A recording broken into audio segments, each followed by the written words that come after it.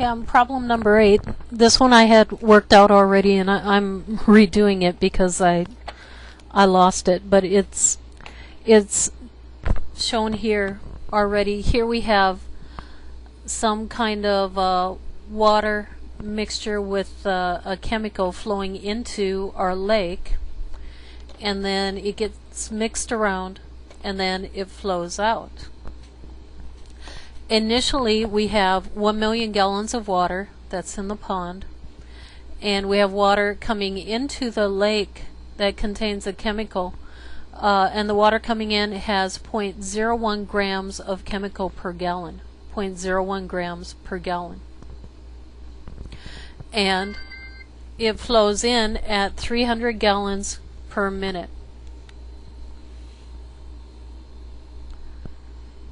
At 300 gallons per minute. If you put this together and multiply these, the gallons will cancel, and 0.01 times 300 gives you 3. So the water is actually entering the pond at 3 gallons per minute.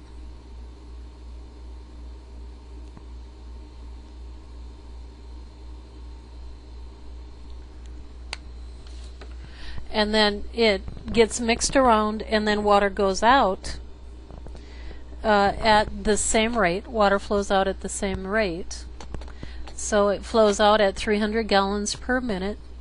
And what we want is how many grams of chemical flow out per minute.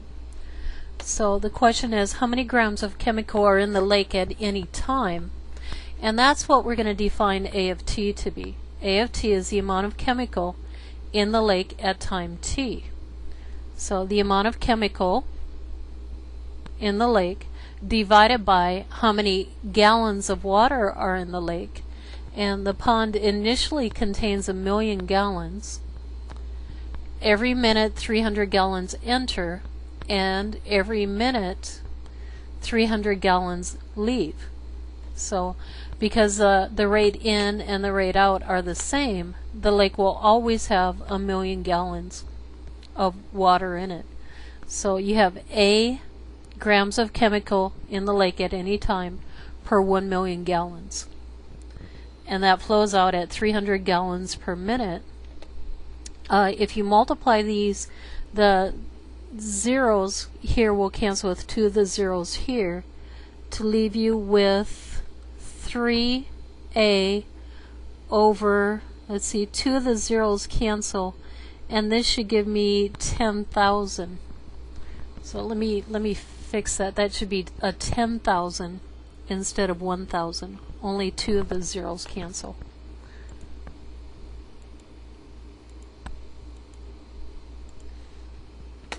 That should be a 10,000 here.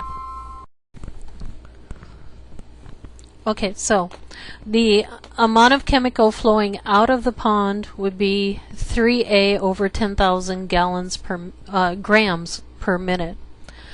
And the differential equation that gets formed is the rate of change of chemical with respect to time is the difference between the flow of the chemical into the lake minus the flow of the chemical out of the lake. The flow in is 3 grams per minute, and the flow out is 3A grams per 10,000 minutes. And that actually gives us the answer for part B. The differential equation, whose solution is the amount of chemical A of t in the pond at any time. The rate of change of A with respect to t is 3 minus 3A over, this is 10,000, over 10,000. And the amount of chemical in the lake initially isn't known, so we'll let that just be A sub 0. Okay, now part C says what happens to the chemical after a very long time, and that depends upon the initial amount of chemical. If the initial amount of chemical is large, then the amount of chemical is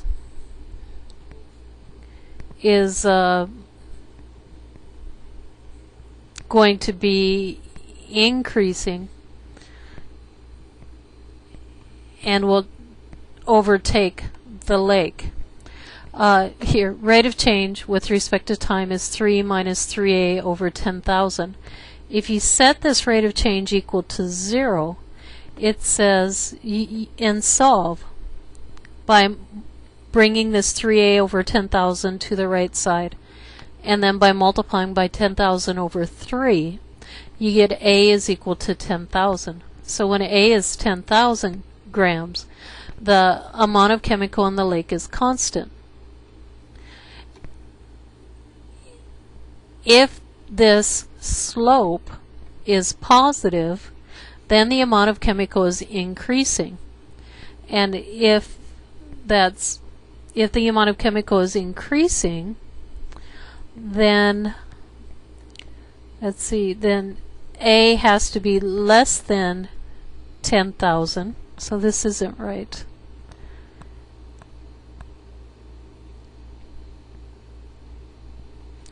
This should be constantly increasing.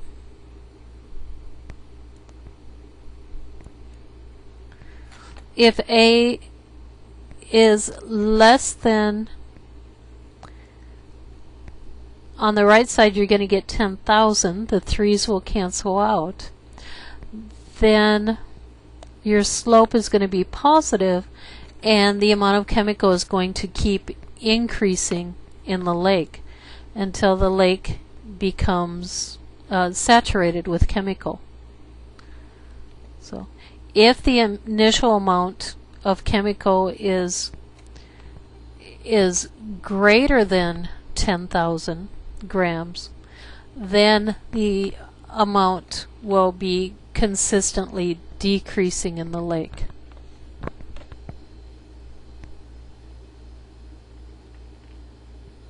So the limiting amount is 10,000 grams, and